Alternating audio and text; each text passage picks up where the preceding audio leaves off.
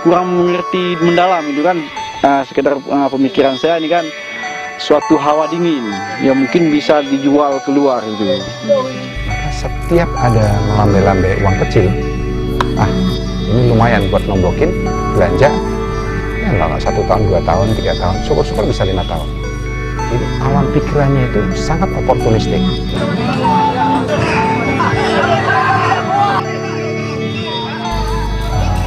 Sederhananya dan rendah dirinya kita sebagai satu bangsa yang segini gede, itu dapat 10 triliun itu gembiranya minta ampun, dan kemudian bilang dia dan segala macam.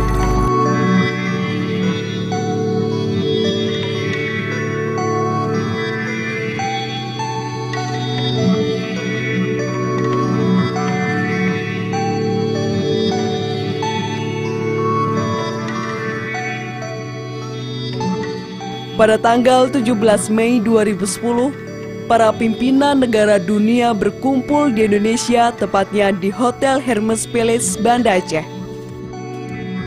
Mereka menghadiri acara Governor Climate and Forest Task Force Meeting 2010. Agenda utama mereka ialah membahas pengurangan emisi, deforestasi, dan degradasi hutan negara berkembang atau mulai dikenal dengan REDD. Wakil masyarakat sekitar hutan dan NGO memang diundang, namun tidak diikutsertakan dalam pembahasan agenda utama. Karena itulah di depan Hotel Hermes, para aktivis, mahasiswa, dan tokoh adat di Aceh melakukan aksi demonstrasi. Biar mereka menerima pernyataan dari kita bahwa Kiliman Ceng ini adalah utamanya dosa mereka.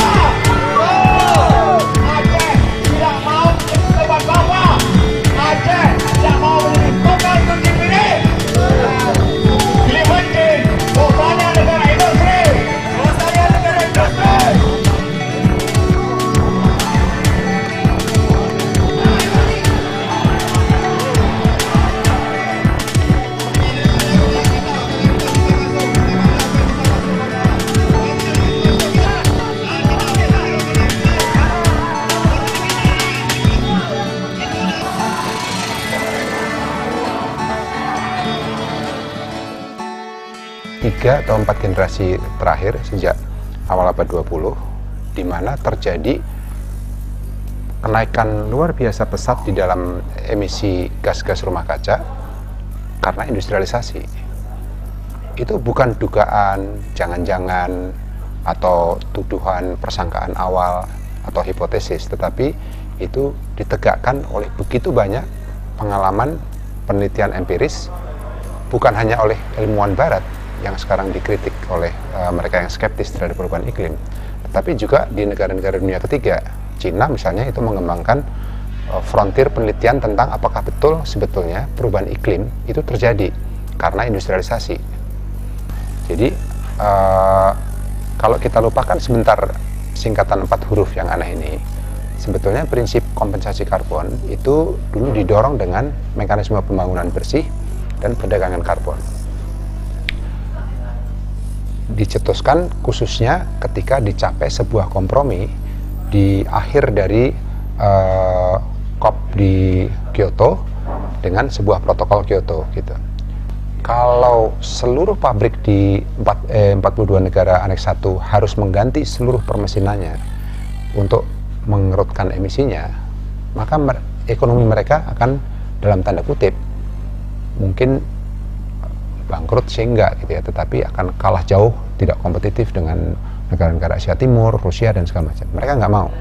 Jadi level dari pelayanan infrastruktur industrinya mereka nggak mau turunin gitu.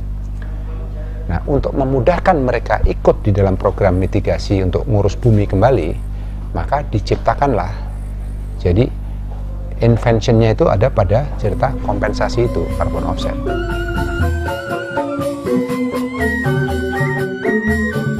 Perundingan selanjutnya dilakukan di Indonesia, tepatnya di Pulau Bali. Conference of the Parties 13. Kemunduran justru terjadi dalam perundingan ini. Kesepakatan protokol Kyoto mentah kembali. kesepakatan penurunan emisi negara industri maju sebagai akar masalah perubahan iklim berubah menjadi kesepakatan reduksi emisi, deforestasi, dan degradasi di negara berkembang.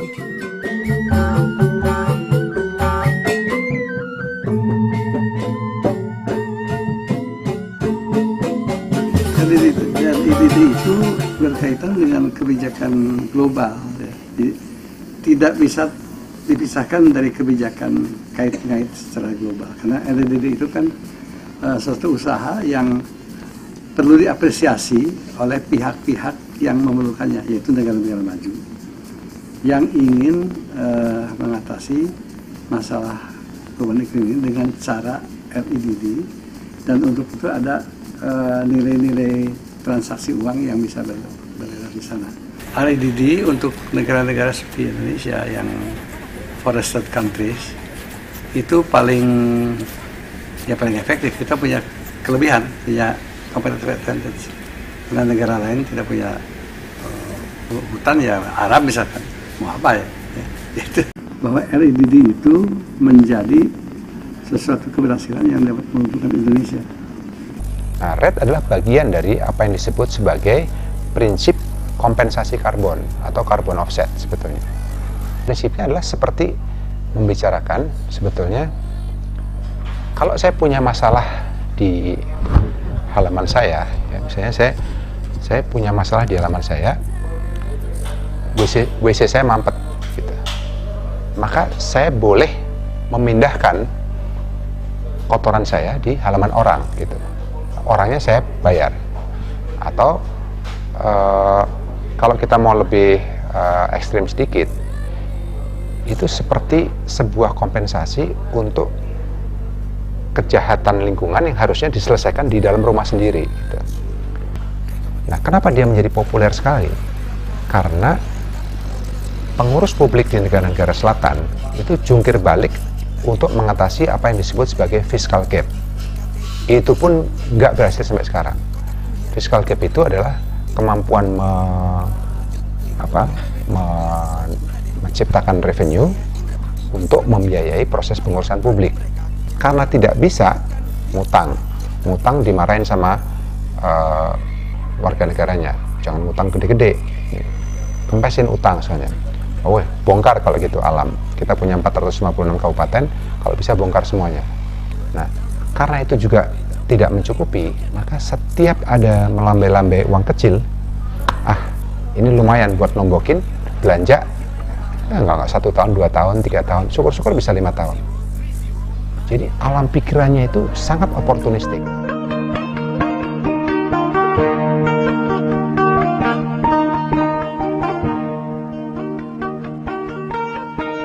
Di Kalimantan, proyek contoh REDD dilaksanakan di hutan gambut bekas proyek sawah 1 juta hektar di masa Presiden Soeharto. Proyek tersebut merupakan kerjasama Indonesia dan Australia dengan membentuk Badan Pelaksana Teknis Kalimantan Forest Carbon Partnership atau KFCP di bawah kontrol Indonesia Australia Forest Carbon Partnership atau IAFCP.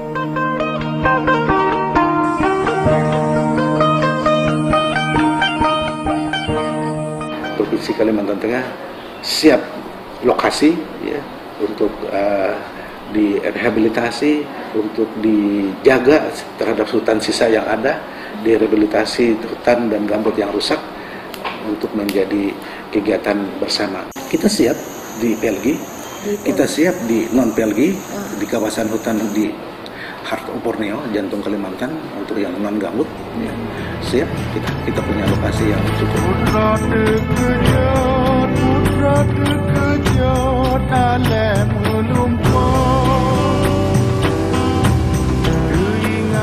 Selain di Kalimantan, proyek REDD juga dilakukan di Aceh. Proyek contoh REDD disiapkan di kawasan Ulumasen seluas 750.000 hektar. Kawasan Ulumasen berada dalam 5 wilayah kabupaten yaitu Aceh Jaya, Aceh Barat, Pidi, Pidi Jaya, dan Aceh Besar.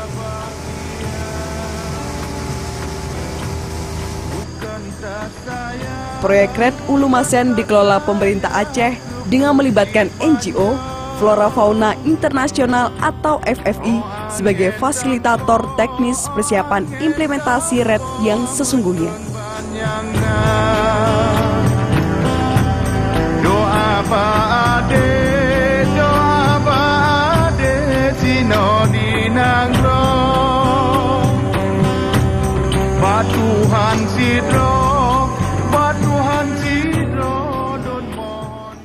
Masyarakat lokal sekitar hutan Indonesia berperan penting dalam menjamin keberadaan dan keberlanjutan sumber daya hutan. Mereka hidup sebagai sahabat hutan. Mereka adalah pihak yang paham dan menguasai siasat pengelolaan hutan di sekitar tempat tinggalnya. Sudah selayaknya inisiatif baru dalam pengelolaan hutan memberi manfaat dan melibatkan aktif mereka, tidak terkecuali implementasi Red. Itu untuk bangunan rumah. Menebang pohon itu kan harus arahnya ke arah timur. Kalau kita nebangnya maunya ke arah timur, malah rebahnya ke arah barat, itu tidak bisa dipakai untuk bangunan rumah pribadi kita kan. Nah, jadi itu harus disingkir. Harus diganti sebagai menanam setidak-tidaknya 10 pohon sebagai gantinya. Kalau rebahnya memang ke arah timur, ya paling kita tebang 1 pohon, harus menanam 1 pohon juga. Supaya itu masih tetap ada gantinya. Nah. Saya pikir tidak secara tuntas serta-merta menjawab persoalan itu. Karena kalau bicara misalnya keinginan masyarakat menjaga hutan, menjaga lingkungan segala macam, tanpa ada REDD pun itu memang sebuah kewajiban. Artinya ini hanya bagian yang sangat kecil dari apa yang namakan menjaga lingkungan tadi. Hutan itu bukan sekedar, nomor 1, hutan bukan sekedar kumpulan dari vegetasi dan ekosistem dan flora fauna. Dia punya sejarah yang erat dengan sejarah sosialnya kan. Itu kalau itu digeser, kita nggak mau tahu deh gitu. Masih dikerutkan lagi, hanya karbonnya yang dilihat gitu. Jadi ada satu logika outsourcing yang beroperasi di hutan Indonesia. Itulah hutan kita sekarang gitu. Masyarakat adat di sini itu dirugikan berkali-kali lipat gitu. Jadi pertama mereka sendiri nggak diwarok semua ikhtiarnya untuk hidup dengan cara yang paling ekologis selama ini segala macam. Hutannya ditaksir harganya cuma karbonnya doang gitu. Orangnya nggak hutannya. Jadi jangan diganggu hutannya gitu. Ini hutan berarti sebetulnya adalah komoditi atau kolateral dari proses pembesaran emisi di utara. Itulah cerita carbon offset tadi. Gitu. Jadi persoalan itu dipindahkan. Jadi kayak bayar boreh tanah gitu atau kolateral itu. Jadi oke, saya boleh terus jatahnya sekian. Saya ternyata melebihi jatah saya untuk emisi.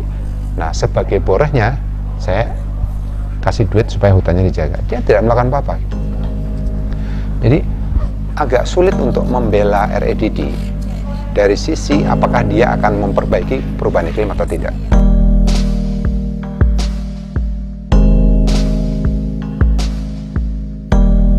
Karena masyarakat sekitar hutan paham karakteristik dan pemanfaatan hutan, selayaknya pula mereka mendapat informasi Red dengan lengkap dan jelas.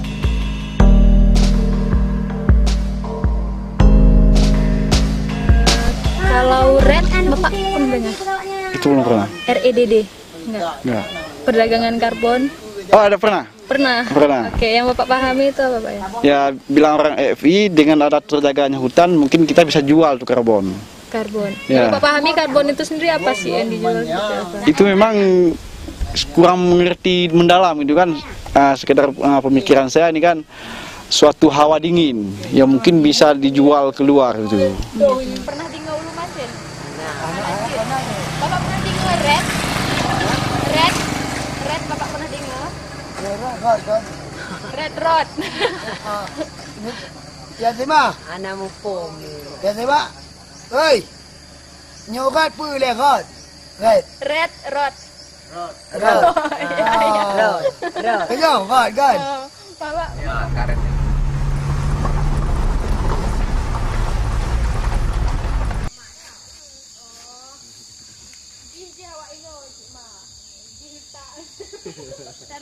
bahan roh. Mak nak pernah dengar red mak? Red ada. Mak punya mak tu red ni kan? Mata kamu red road jalan. Berarti red jalan mak. Pemerintahan Indonesia sendiri belum mempunyai persepsi yang sama tentang implementasi RED antara pemerintah pusat dan daerah. Tapi khusus untuk RED, ini belum ada semacam informasi yang kalau bukan detail, yang umumnya belum ada yang membuat acara semacam ini. Secara prinsipil memang kita pertama melihat bahwa isu RED ini itu baru pada tataran wacana ya. Sedangkan kami sendiri di tingkat kabupaten sampai hari ini belum melihat itu aksi itu menjadi suatu bentuk implementasi nyata. Ketika bicara Hulu Masen sebetulnya pihak kami sebagai dinas terkait tentang kehutanan belum pernah secara resmi, itu setahu saya belum pernah diajak untuk bagaimana membicarakan RED ini.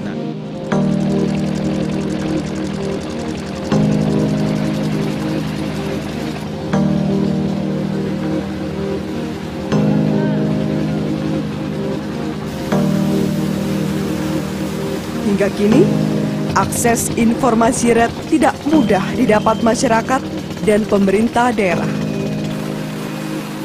Hal ini bertentangan dengan prinsip penerapan RED, yaitu keterbukaan. Informasi penerima dana kompensasi, besarnya manfaat, target kesuksesan, status pemanfaatan hutan menjadi penting untuk diketahui masyarakat, terutama masyarakat sekitar hutan contoh proyek RED. Termasuk pula informasi pertanggungjawaban kegagalan proyek RED.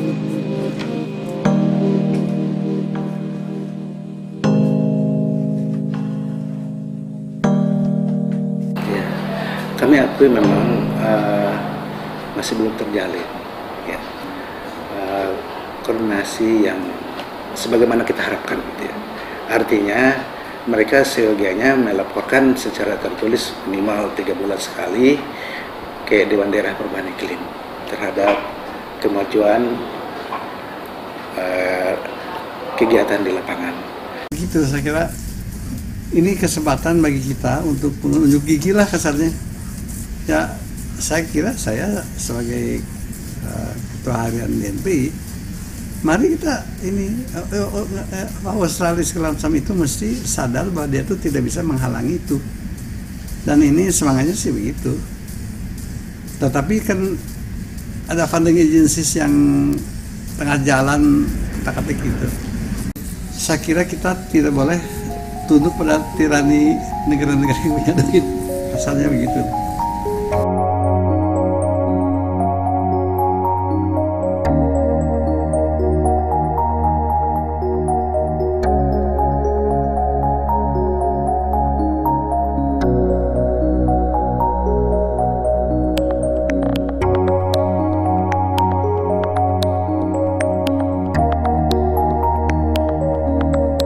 Sungguh menggelikan. Negara berkembang sibuk mengatasi perubahan iklim dengan mengelola hutan lebih baik.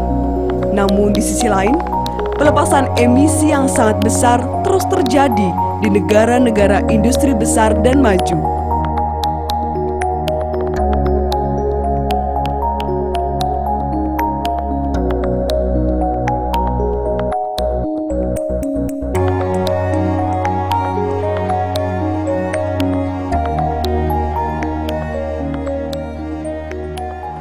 Tentunya ini bukan menjadi salah satu solusi, tapi lebih bicara soal bagaimana hutan itu diperdagangkan.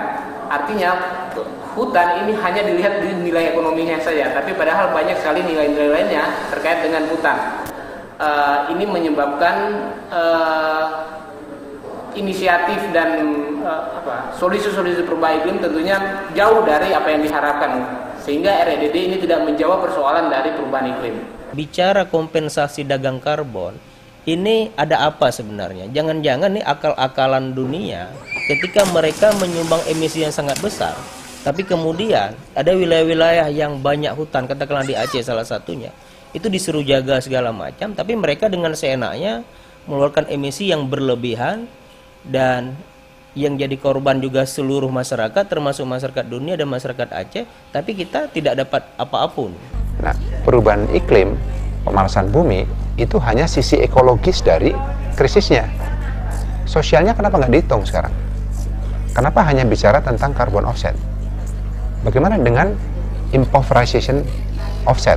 Bukan hanya poverty offset, tetapi pemiskinan yang terus-menerus dengan pembesaran gap antara utara selatan, dengan penggusuran sektor miskin dari kota-kota yang diatur tata ruangnya. Banyak sekali jenisnya dari social crisis ini atau krisis sosial ini. Kalau semuanya boleh dikasih offsetnya dan sebagainya, itu bagaimana cara offsetnya gitu. Jadi krisis ini dimensinya dua, yang ekologis dan yang sosial itu berpilin, nggak bisa dipisah-pisahkan. Jadi kalau kita mau menyelamatkan hutan, itu yang dilihat bukan mengurangi emisinya, itu masyarakat di sekitar hutan dan sebagainya, gimana caranya menyelamatkan mereka? Anak mudanya kabur semua, nggak bisa hidup situ.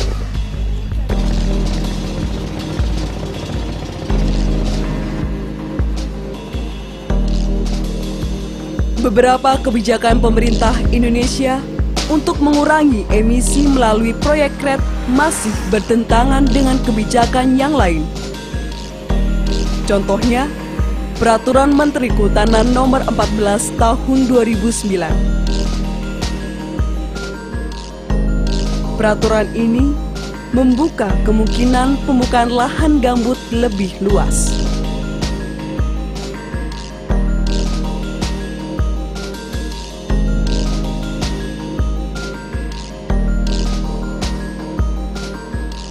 Padahal, pembukaan lahan gambut telah menjadikan Indonesia sebagai salah satu penyumbang emisi terbesar di dunia.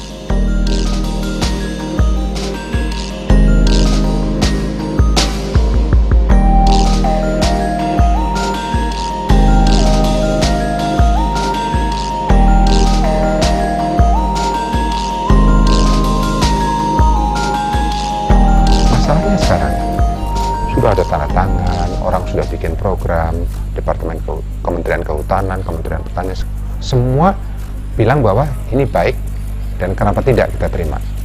Ini adalah hibah yang dikasih hibah kok masih nolak segala macam gitu. Udah, kita ngurus hutan dengan lebih baik dan kita dibiayai gitu.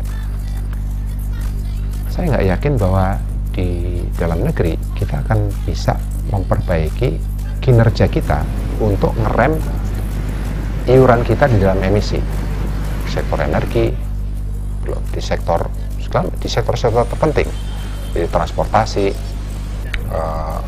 industri dan sebagainya. Itu sebenarnya pekerjaan rumahnya.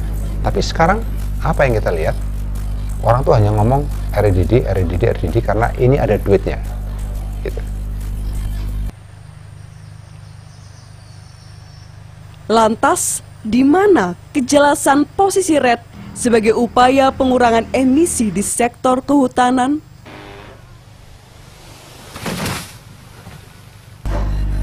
Tapi kalau kita ngitung gitu ya, dari anggaran pendapatan dan belanja negara itu mungkin sekitar 1.200 triliun misalnya gitu per tahun. Berapa persen korupsinya? Gitu. Ada 10% konservatif misalnya 10%. Itu hebat sekali dugaan saya kalau hanya 10% di korupsi. 10% berapa? 120 triliun. Jadi nggak usah ngomong minta duit berapa tadi itu? 10 triliun ya? $1 billion dari Norwegia. Gitu. Kita beresin korupsi dengan konsistensi penegakan hukum. Kita dapat 10 kalinya. Lebih dari cukup untuk ngurus hutan kalau hutannya mau diurus.